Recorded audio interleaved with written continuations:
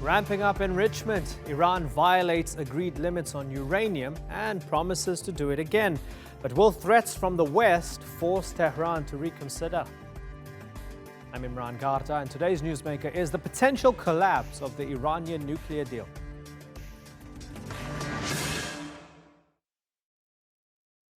It took years of diplomatic wrangling to reach an agreement aimed at avoiding nuclear war.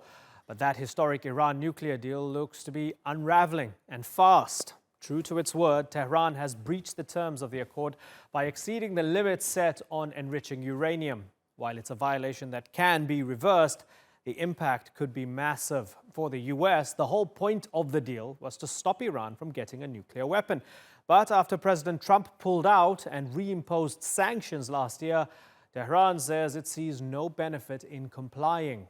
European leaders, meanwhile, find themselves caught in the middle, urging Tehran to reverse course. So, can American threats or European diplomacy still salvage the deal? Or will Iran continue on the path towards weapons-grade uranium? Haider Abbasi reports. Iran better be careful, because you enrich for one reason, and I won't tell you what that reason is, but it's no good. They better be careful. The historic Iran nuclear deal is slowly unraveling. On Sunday, Tehran said it will enrich uranium beyond the limits set by that international agreement. Enriched uranium can be used to produce fuel for reactors, but it can also be used to make nuclear weapons. Iran has always said its nuclear program was for peaceful purposes, but the US and Israel believe otherwise. Tehran insists it doesn't want to violate the pact, known as the Joint Comprehensive Plan of Action. The reason we're starting our second step in reducing our commitments from the JCPOA today is that Europe couldn't meet our demands, especially when it comes to oil and bringing back our income. They haven't been able to do anything worthwhile. In response, the US Secretary of State says Iran can expect more economic sanctions. Tehran says it will continue to breach the deal unless the other signatories can offset US penalties. Last year, the US withdrew from the nuclear pact between Tehran and world powers. In 2015, Iran agreed to limit its nuclear program. In exchange, some economic sanctions were removed. Sanctions had crippled Iran's economy. From 2012 to 2016, it lost more than $160 billion in oil revenue. But after the nuclear deal, Iran was able to sell oil and gas again and had $100 billion in assets released. But Trump has reimposed those sanctions, and Iran's economy is suffering again. It's in a deep recession, and the currency has lost 60% of its value since 2018. Tehran says everything it's doing can be reversed. That includes talking to the remaining signatories, the 4 permanent members of the UN Security Council, plus Germany. Our negotiations are with the 4+1. If America wants to attend these negotiations on the condition that it removes its sanctions, it's acceptable to us. France, Germany and Britain have expressed their concerns over the escalations and have urged Iran to comply with the nuclear agreement. But it seems neither Iran nor the United States are backing down. So is this the beginning of the end for the nuclear accord? And what happens if Iran withdraws completely from the deal? Haider Abbasi, The Newsmakers. Well, joining me now from Washington is law professor Dave Jonas. He served as the Pentagon's nuclear non-proliferation planner under the Bush administration. In Berlin is Ali Fatullah Nejad. He's a visiting fellow at the Brookings Doha Center. And in the Iranian city of Isfahan is Setara Sadeghi. She's a researcher in North American Studies at the University of Tehran. Good to have you all back on the program. Ali, Iran enriching uranium over the agreed threshold. So the agreed threshold was 3.7% or 3.67% to be precise. Now they're inching above that. What does that signify to you, Ali? Well, I think it's more symbolic than substantial, because this Iranian exceeding levels of enrichment, it's going to probably be in the category of low enriched uranium until 5%. So this is not going to be a game changer. A game changer will be that if Iran decides to enrich uranium at a level of about 20%, which is then getting closer to weapons grade, which is about 90%. So Sure. for now, Ali, this sorry, is more allow me to come symbolic, in here. and You have this to is start also from somewhere, not right? the threat that the Iranians did Right. before. You have to start from somewhere, right? You have to go from 3 Excuse to me? 4. You have to go from 3 to 4, from 4 to 5, from 5 to 6, and so on until you get to 20, which is seen as the big number where you can quickly switch to weapons grade. Aren't they heading in a dangerous direction right now, Ali?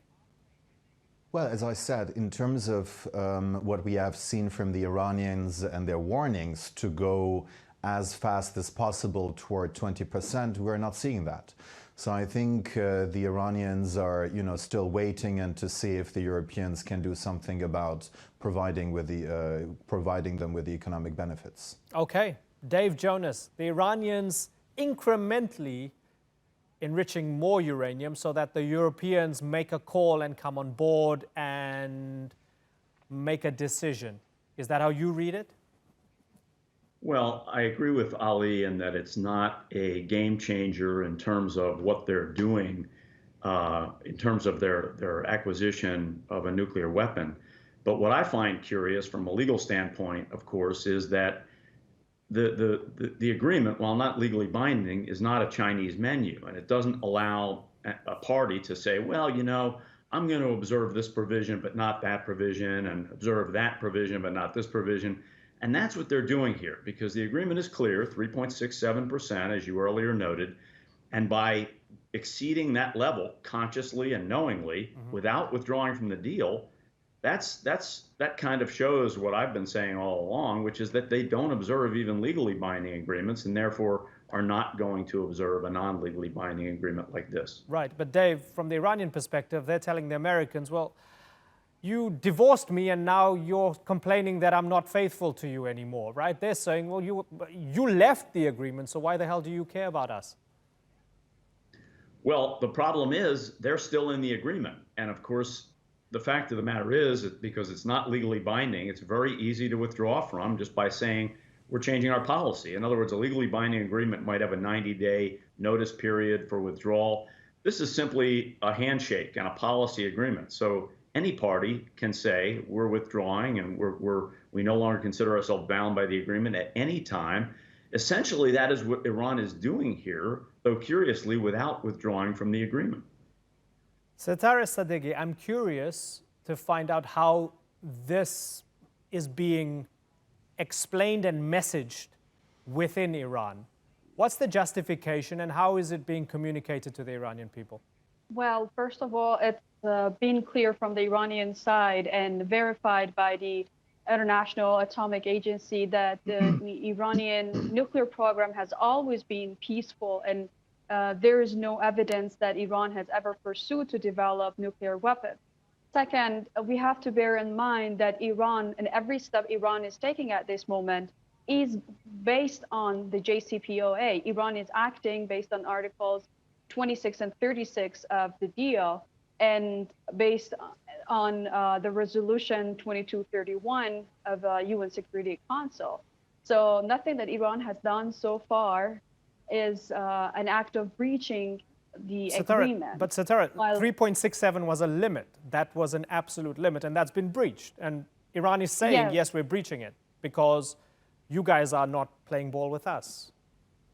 Yes, because according to the deal and according to Article 26 and 36 of the deal, any participant which saws the breaching of the agreement from the other side complains, gives ultimatum and chance to the other parties to take action and stand to the breaching of the deal without receiving any response, can start implementing or acting against its pledges by the agreement. So even that has been predicted, and there is a process of gradually leaving the deal, which has been defined. And within that article, I have to note that the U.S. has promised that it will make its best efforts to sustain the deal and to prevent anything that would halt Iran's benefiting from the lifting of the sanctions.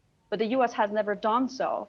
So this allows Iran, based on the deal, to take actions and to start gradually withdrawing from its commitments by the deal. Okay, Dave Jonas, so Trump is saying, better be careful. Interesting wording from him. It seems quite clear, Dave, that Iran's not just going to capitulate under the weight of sanctions. And it's enriching uranium now. So then what? What do you do? Well, that's a great question. I don't think anyone really knows what exactly happens next. I think that both sides appear to be upping the ante with in terms of threats and brinkmanship.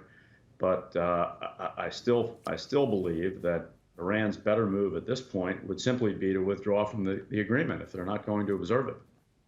Ali, should they withdraw?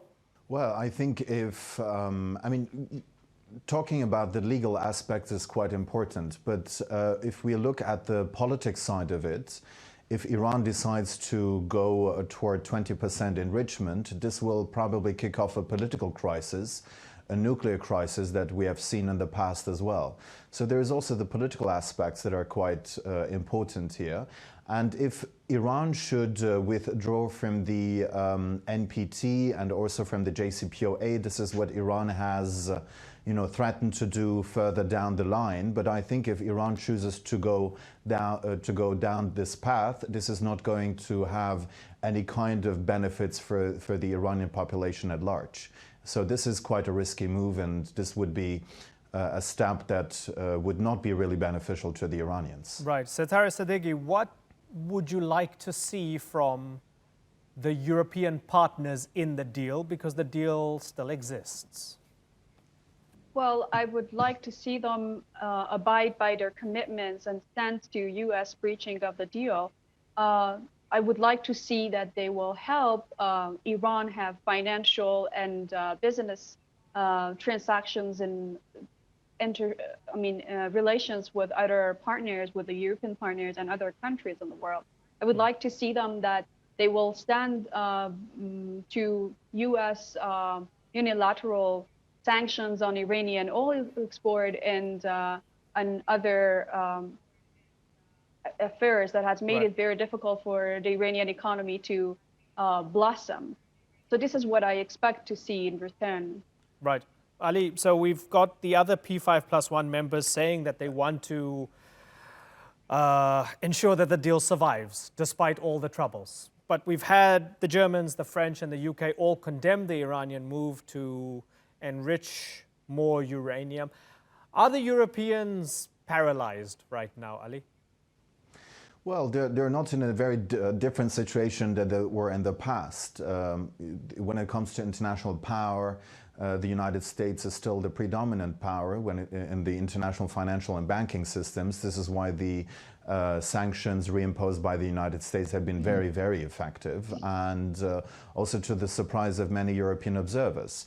But still, Europe can play a role of mediating between the two sides, still talking with the Iranians, and pushing them to be more flexible when it comes to issues to be negotiated with the United States. The expectations that my colleague in Iran mentioned in terms of a normalization of Iranian trade relations with the outside world is totally contingent upon better relations with the United States because of the sanctions and their impact.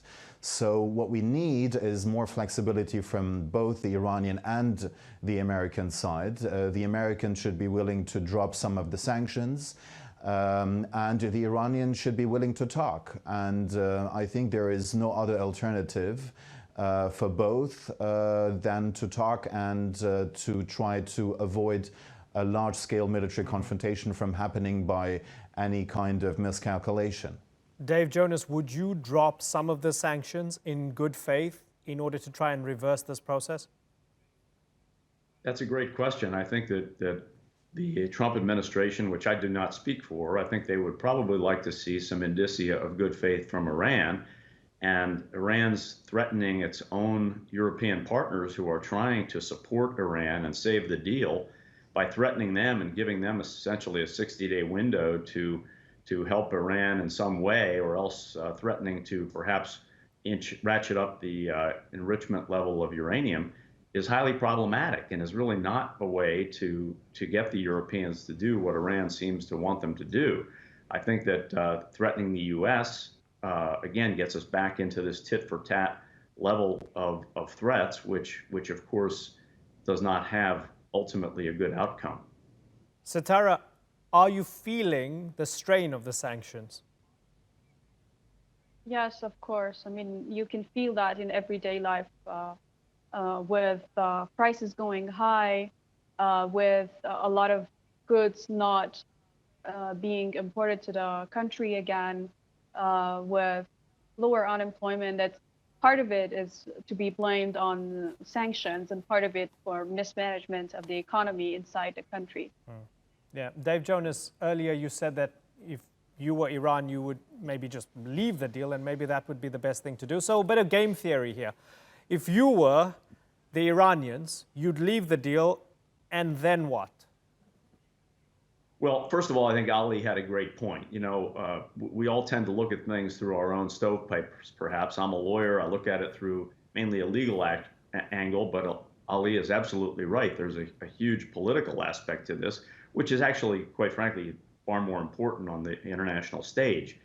I do think that by Iran's doing what it's doing, incrementally inching up the enrichment levels over the allowable 3.67%, they are not ending the deal. They're consciously staying in it because they want the deal to survive also, which is a positive indication, by the way. And I think it's something that the other partner nations ought to work with them in terms of trying to keep them in the deal, because as long as they are within the deal and within certainly under 5% enrichment, I think it's not a game changer and they're not racing toward a nuclear weapon. But the problem always has been is what are they doing in areas that we are not seeing? In other words, is there some site elsewhere in Iran where they are enriching uranium to over 5%, perhaps to 20%? Sitara, do the Americans have good reason to be skeptical of Iranian claims that they do not want a nuclear weapon? Well, I don't think so. There is no evidence to prove that. Moreover, Iran has never seen one single gesture of diplomacy and respect coming from the U.S. The U.S. has always threatened Iran, has always imposed and reimposed sanctions, has always talked against the Iranian nation, calling the Iranian nation a terrorist nation, and staging pervasive propaganda and economic war against the Iranian nation. For 40 years, the Iranian nation has seen animosity coming from the U.S. They have seen, the world actually has seen the U.S. leaving various international treaties, whether legally binding or not. So there is no guarantee for Iran that whether Iran was willing to renegotiate or talk with the U.S., there would be any substantial measure taken by the U.S. to release at least a part of these sanctions that have been imposed on Iran. Right. So there has never Okay. There has never been a yeah. gesture of goodwill coming from the U.S. Okay, and I don't want to kind of go into, historically why both sides don't trust each other, because there's a lot to go through, right? Ali Fethullah Nejad, looking at this from a different angle, all the Iranians have to do is watch the news or monitor Donald Trump's Twitter feed to see a big difference between the way they're treated and the way someone like Kim Jong-un is treated, right? Isn't it smart for them to think, well, the only way we're going to have some deterrence and the only way for us to get some respect and for these guys to finally just leave us alone is if we do get nuclear weapons, because look at how it is with North Korea. Absolutely. This would be one of the possibilities of calculation. But then again, if Iran decides to go down this path toward building a nuclear weapon, a lot of political crisis, will be there. So this is also a risky move. And on the other hand, strategically speaking, there is also a question whether Iran with a nuclear bomb would be more influential in the region or not, because it would also kick off an arms race and other rivals of Iran in the region also going toward that nuclear weapon option. So this is also a risky endeavor. Dave Jonas, are we slow motion hurtling into a conflict here? Well, I hope not, and certainly everyone hopes not. And indeed, if Iran does produce a nuclear weapon or obtain a nuclear weapon, regardless of its source, there are a number of other states in that region that have made plain that they would also obtain a nuclear weapons capability too. And that would, of course, be a rather nightmarish scenario for regional stability and perhaps even international stability. Ali is right. Iran has not withdrawn from the Nuclear Non-Proliferation Treaty. I think that would indeed set off a political crisis, because that is where they have established a legally binding obligation not to obtain nuclear weapons. And even North Korea, I would note, even with its usual non-concern with following legally binding agreements, North Korea did withdraw from the Nuclear Non-Proliferation Treaty prior to testing its nuclear weapons. So as long as Iran does not maintains its position as a member of the Nuclear Non-Proliferation Treaty, I do think they won't test or produce a nuclear weapon. Obviously, a major red flag would be if they withdraw from it. Sitara, do you trust your government to be able to navigate its way through this crisis? Well, yes, because this is nothing new. The nuclear issue of Iran has been there for almost 20 years, and Iran has been constantly accused of things it has never done, while the International Atomic Agency has verified over and over that Iran's nuclear activity has always been peaceful. And Iran has never, in the first place, ever sought to develop nuclear weapons. Iran's program has been always peaceful. And I think the government will yet again maybe restart their peaceful activities without going through dangerous paths that would signal the breaching of the NPT or any other international treaties. Okay, Sitara, Dave and Ali, good to have you all back on the program. Talk to you soon. Bye-bye.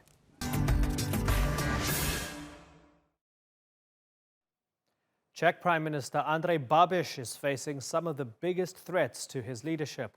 Last month, 250,000 people protested in Prague demanding his resignation. Then the opposition tabled a vote of no confidence. The populist Prime Minister has so far survived it all. But his government remains fragile. The Social Democrats are threatening to quit the coalition, and Babis is being investigated for alleged fraud. So, will the billionaire businessman turned politician be forced out? Abubakar Shamahi reports.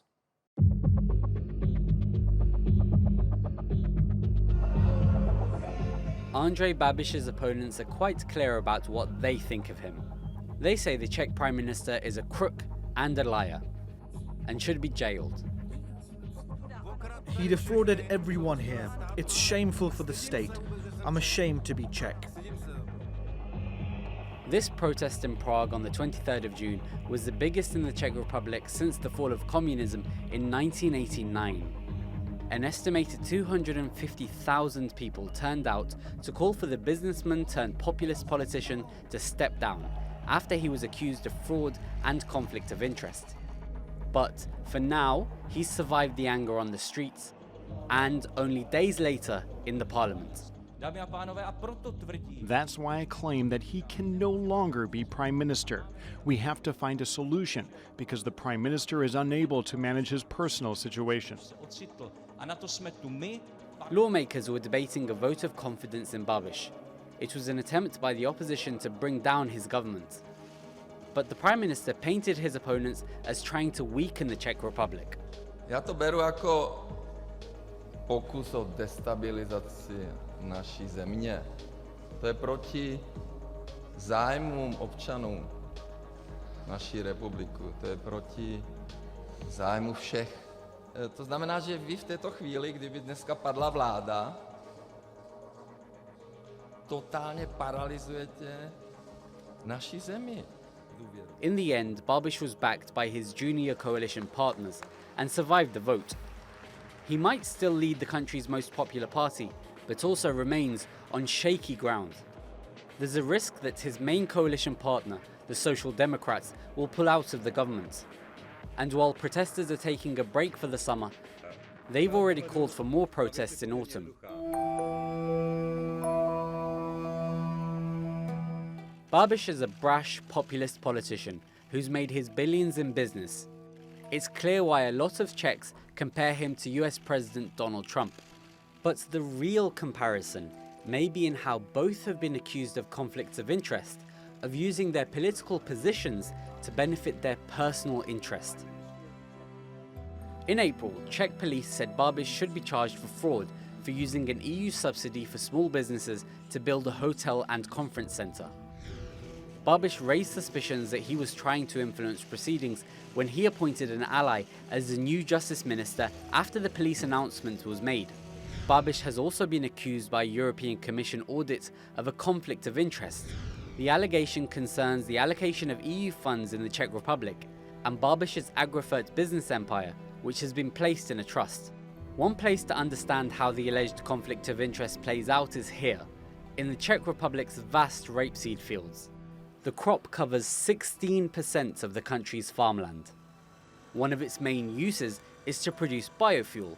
Diesel fuel in the Czech Republic has to contain 6% rapeseed biofuel. The Czech government, led by Babis, decided in April to keep that requirement and continue subsidies to growers. And the company that most benefits from that decision? The main producer of rapeseed, Babis's firm, Agrofert. Abubakar Shamahi, The Newsmakers. Let's go to Brussels, where I'm joined by Vít Novotný. He's a senior research officer at the Wilfred Martin Center for European Studies and a former candidate for the Czech Parliament.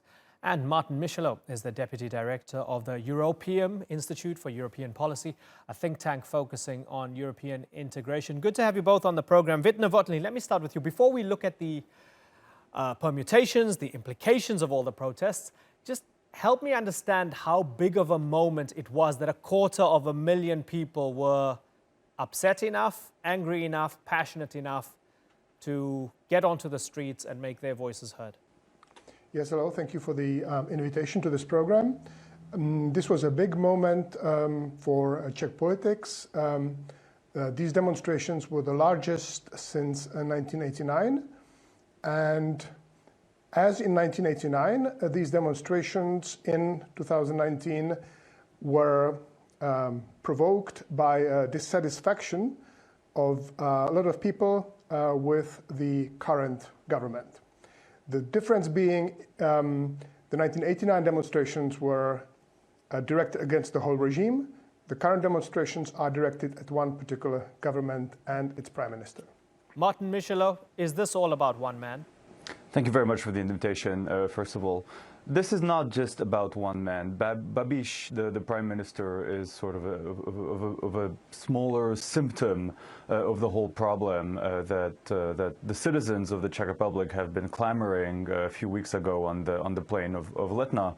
The people are mostly fed up with rule of law, abuses of rule of law, with the fact that the judiciary system no longer seems to be independent.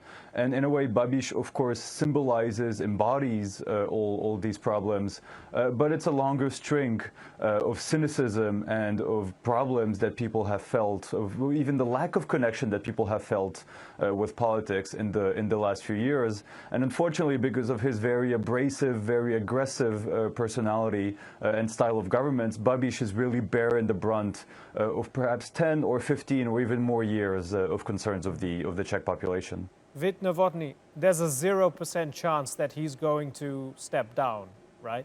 It's close to zero. In my opinion, he still has the majority in the Chamber of Deputies, and there is no objective, politically mathematical reason to force him to resign. So I see that a chance as very slim indeed. Yeah, Martin, the fact that both Babis and the President Zeman were very dismissive of the protests, they almost made light of the protests. Does that mean that even if there's nobody stepping down from his position, they're not going to even listen to what the protesters have to say? Well, of course, you mentioned it. I mean, both the president and the prime minister completely misconstrued what the protests were about. The president ridiculously claimed that they were disputing the results of free and fair elections, which was absolutely not the case. And the prime minister himself said that, you know, the more money you give the people, the more they are dissatisfied. And none of the people who were protesting, and if it was the case, it was a minority, had anything to say about either the validity of the elections that took place now 2 years ago, or complaining about the quality of life. The real issue here, and that goes back a bit to your previous question as well, is that the opposition parties have no desire whatsoever to step up to the plate and to actually lead the Czech Republic. In the opposition, it's very comfortable for them, given the fact that Babis still has a plurality in the chamber and a plurality also of favorable opinions in citizens. They have no desire to step up to the plate. They can let Babis, you know, lose popularity further and further, and that's a moment when they may be able to strike. But right now, there is absolutely no desire from the opposition to do anything. And secondly, of course, President Zeman controls the system. President Zeman is the one who would be able to call for elections. And given the fact that there is sort of a pact of non-aggression between the president and the prime minister, I see no reason why the president would call for anticipated elections, if only for the fact that they could potentially reinforce Babis's power. Vit, what does it mean that there doesn't seem to be a political alternative to Babis? And as we heard from Martin, the opposition doesn't quite have its ducks in a row. Yes, it's an interesting phenomenon indeed. I think the main cause is the fragmentation that was produced in the last parliamentary elections in 2017. This election sent 9 parties into the Chamber of Deputies, 3 of which support the current government, and 5 or 6 of which are in opposition. Now, this opposition is fragmented, and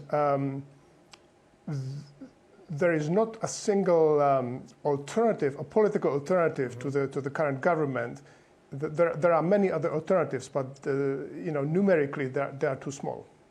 Martin, there are claims from the protesters and others that Babis is corrupt, right? So they point to the European Commission audits of the Czech Republic's finances, the misuse, alleged misuse of EU funds. They look at the empire and they say that this is dirty money.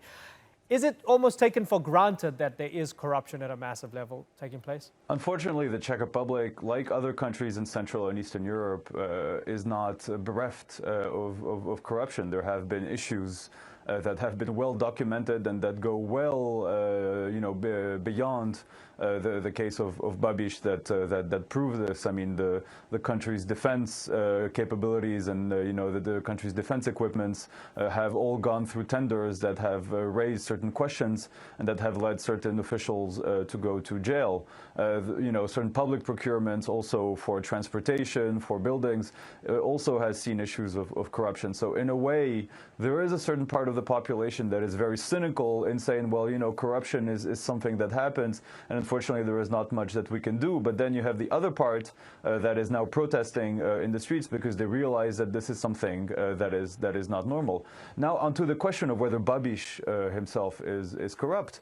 Well, this whole affair asks a bigger question. You know, just like Trump, who also has sizable financial interests, you really ask yourself the question of, can someone of wealth, a billionaire, run a country, especially a fairly small country like the Czech Republic, without having any accusations of conflicts of interest? That's a fair question. But here, I mean, the case is pretty strong against the fact that Prime Minister Babis himself was directly involved in the disbursement of common agricultural policy funds that would benefit the interests of one of his main companies, Agrofert, even though he did put them those companies in a blind trust. So of course there are issues of conflicts of interest. There are issues that are borderline corruption, and there are issues of, you know, testing the limits of the system. And I think that in the past, the previous Czech governments, they hadn't seen so much pushback from Brussels, from the European Union itself. And the fact that this is changing is also perhaps what is provoking such a strong reaction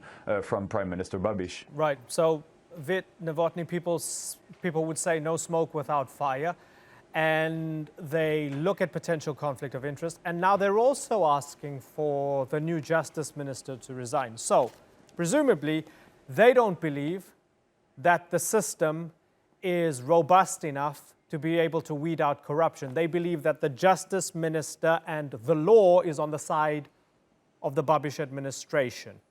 Is that true? I think that's the belief of those who went out on the streets, and some of their supporters who didn't but still support them. But we have to note that sufficient numbers are siding with Babis.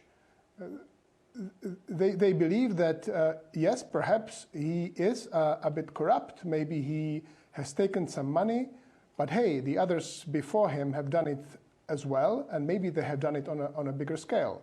So at least this guy is, he's more honest about it. Right. And indeed, the standard of living has been rising recently. Unemployment is at a record low. It's the lowest in the European Union. And certain groups, such as pensioners and people on lower incomes, they've benefited from the rules of the current government. Yeah. Well, okay, and that's a good point to make, and it's fascinating to sort of delve into that mindset. Martin, we've heard the Trump comparison. It's easy to make. He's got a younger wife. He's a billionaire who went into politics after making all his money in business beforehand. There's another comparison that seems to be creeping in recently. That's Viktor Orban. People are saying we've seen this movie before, and this is similar to Hungary. Is that an accurate comparison? Look, at this point, I don't want to be that doomy and gloomy and go full on into a comparison with the Prime Minister of Hungary.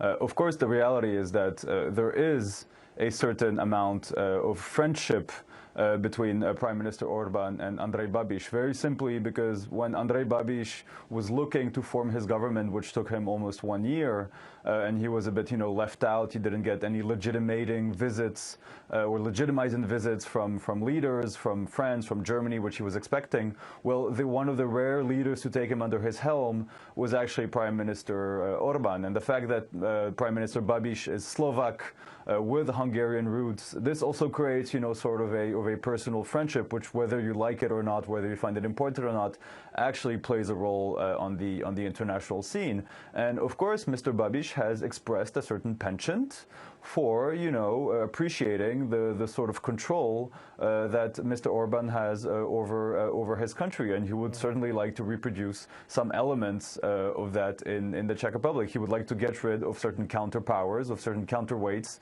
to his own decision-making. Mr. Babis has long stated that he finds the parliamentary process to be completely useless and to be run by a bunch of people who are corrupt. And he himself rises above corruption because he is rich enough. The fact that he is trying to control the judiciary system also says something about certain penchants that he has for overlooking certain fundamentals of the rule of law. So yes, there is perhaps a bit of a fascination towards the power that Mr. Orban, but also the power of the Polish leaders over their country and the way they can really disturb the European consensus. But at the end of the day, Mr. Babis knows very well that the interests of the Czech Republic lie in a strong Europe and not in a Europe that is disrupted. Yeah, in an interview that I watched of his, he said, "I'm clearly very pro-Europe." He's a fascinating character. Vit, Novotny, just looking at the timetable, looking forward, 5 months' time, 30th anniversary of the start of the Velvet Revolution. The day before that, protesters or organizers of this big protest last month are calling for another big one. What can we expect, Vit? Well, a lot can happen before then. In fact, the future of the current government is now in balance, not because of the demonstrations that we witnessed, but because of a conflict inside the government coalition. where the President of the Republic is refusing to accept the resignation of a Social Democratic Minister of Culture, and the Social Democrats may leave the government for this reason. That still has to be decided. So that's one point. Another point is, of course, the summer is unlikely we're unlikely to see large demonstrations over the summer. People will be leaving Czechia on holiday. But I think, if I were to guess, I would say in 5 months' time, Babis will still be in power as Prime Minister, probably a weakened Prime Minister, and perhaps with a different government coalition. Okay, gentlemen, I have to move on. But it's been good to talk to you, Wit Novotny and Martin Michelot. Thanks for joining us on the Newsmakers. Good evening, I'm Lester Holt, and welcome to night 2 of the first Democratic debate in the 2020 race for president. Good evening, I'm Savannah Guthrie. Last night we heard from 10 candidates, and now 10 more take the stage. There's still 16 months until Americans go to the polls, but the 2020 presidential campaign is already in full swing. Donald Trump is seeking a second term, and more than 20 Democrats are competing to take him on. Former Vice President Joe Biden leads the pack, with other big-name candidates like Bernie Sanders not too far behind. But what about some of the lesser-known contenders who don't have the financial backing or establishment support of the frontrunners? Our next guest is Democratic hopeful Wayne Messam. He's the mayor of Miramar, Florida, and he entered the race proposing to cancel student debt, close the wealth gap, and tackle climate change. But he hasn't been able to get his message out to as many people as he would like after being excluded from the first Democratic debate. Why? And will he make it into the next one? Well, let's ask Wayne Messam himself. The Democratic presidential candidate joins me now from Miami. Good to have you on the program, Wayne. The fact that you didn't make the first debate, does that suggest that your chances at becoming president are sort of, I don't know, 0 to 1% maybe? Well, I'm not calculating percentages, and thank you for having me on your program. But obviously, the goal is to make the debates. When you make the debates, you have an opportunity to share your ideas with millions of Americans that may be viewing the Democratic debates. But as you know, the election cycle and experiences in America with these campaigns, we have many tools like social media and our trips to various early states that can keep us in the running. So as a lesser-known candidate, I'm going on programs like yours, as well as other media outlets to get our voice out. Why didn't you make the cut for the debate? Well, there are DNC requirements to have a certain number of donors as well as national polling. Being one of the candidates that did not get a lot of the media exposure in terms of features on, let's say, CNN town halls where they had the opportunity to be viewed by millions of Americans, my campaign still moves forward. And when you contemplate having 2 of the 3 national polls under my belt with grassroots effort, it just goes to show that anyone in America can make a push. So I'm just one poll short of making it to the July debates, and we're optimistic that we'll hit that threshold. Okay, wishing you all the best with that. Now, this is all going to be about Trump. He's seeking a second term. Tell me, why isn't a Joe Biden or a Kamala Harris a better bet at trying to take down Donald Trump from the left? Well, I actually disagree. Obviously, there's some element in terms of changing our current president. But what Americans want to know is what a presidential candidate is going to do for them and how they will improve their everyday quality of life.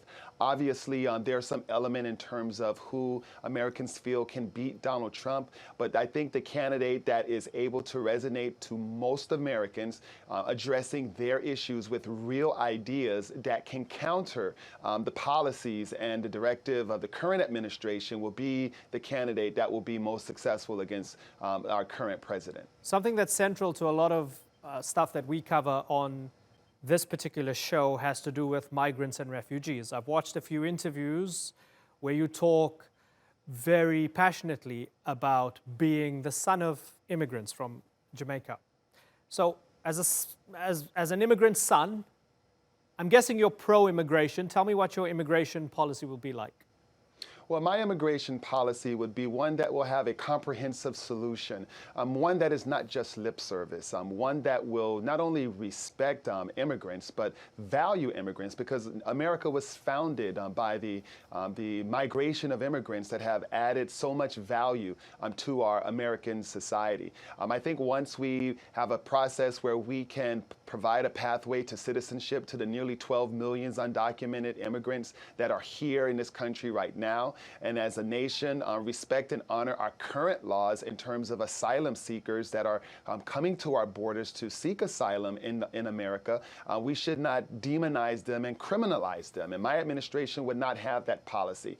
In addition, my administration would work with our southern border nations to help build their economies, help with their criminal justice process so that everyday living conditions in those nations can improve, because that is why many of the immigrants that are coming to our borders are seeking safer habitat, safer situations here in America, because they're in fear of their lives. And if we can help those nations stabilize security in their countries, people don't want to live their birthplace because that's where their culture is, their heritage is. So there's many policies that we would do to be actually the opposite of what this current administration is doing right now. And talking about what the current administration is doing right now, are those facilities on the border concentration camps? No, I won't say that they're concentration camp. It's just a result of the overwhelming impact of the number of immigrants that are coming to our border, and those facilities just cannot have the capacity to handle them. So implementing my plan, as I suggested earlier, we will be able to reduce those numbers of individuals that are actually coming to our borders to seek either asylum or to seek a better way of life. America has always been a country that has welcomed immigrants, and it only has been under this administration. You know, as a mayor in the city of Miramar, we actually have an ICE facility in our city. And before this administration, no one ever knew that facility was there, because individuals who were out of status would just come and check in at our facility in the city of Miramar to be in compliance with their court orders. But now these individuals who used to check in just once a year now have to check in 3 times per year. They're coming with their families and hundreds of individuals. And it's a humiliating process. As a city, we can't usurp federal government, but we had to force them to make better accommodations. And I would have that passion in the White House to respect immigrants and to have a land of law that will allow those who can qualify to come into our country. Right. But just to be absolutely clear, you would consider the facilities as they are to be concentration camps? I would not consider them to be concentration camps. I would definitely say that currently right now it is unacceptable of the conditions where we have separations of families, children not being able to use facilities, brush their teeth, wash their faces, and all the things that we're hearing coming out of these private facilities, as well as the other facilities that are housing the individuals. And it's just deplorable, and it's unacceptable, and it's un-American. And as President of the United States, I would be convicted, as well as have the political will to ensure that we have the resources to properly accommodate individuals that come to our country. Right. We heard a little bit from you about what you would like to do to address the root causes of the migrant crisis, working with Central and South American countries to grow their economies and so on. Have you thought much about your foreign policy beyond the Americas? Yes. In fact, I think what is missing in this current administration is that America has lost its reputation and its perception of being an honest broker across the country, across the world, actually. You know, as a global leader, America, obviously, we are looking to protect our national interests, whether it's security or economic, but we know that we're not alone. We have to have strong allies across the country. And when America speaks, it should be respected and regarded. Our word should be our bond. We should not be unnecessarily putting our thumb on the scales in certain situations across the globe in one scenario and then reversing in another. You know, this current administration has befriended our long enemies and as well as made enemies of our long friends and allies. And I would be focused on restoring and healing many of those relationships, because as the world has become more of a global society, society. Wayne, we are can you all on this planet Yeah, together. certainly. Can you give me an example of that? Because this is interesting. And this could be a little test run for you if you make it in July. We're an international channel. Good to hear your foreign policy here. So if they talk foreign policy and you make it to the table in July, can you give me an example of what you don't like of the president's foreign policy? Making enemies of former allies and allies of former enemies. Who are you talking about? Well, specifically, there's no secret. There's been conversations about Russia's impact on our prior 2016 elections. When you talk about what's going on between North Korea, when you talk about how we've walked away from the Iran deal and now there's escalation that is taking place, one of the things I would do is I would have a very strong State Department, a strong Secretary of State, and I would listen to my advisors and take that into consideration. I would not make knee-jerk reactions or remarks through Twitter. We would look to have diplomacy to work and solve our issues and to leverage the relationships that we've had over centuries with nations to ensure that we have stability globally. Okay. The mayor of Miramar, Florida, who's running for president, Wayne Messam. We wish you all the best and thank you for joining us.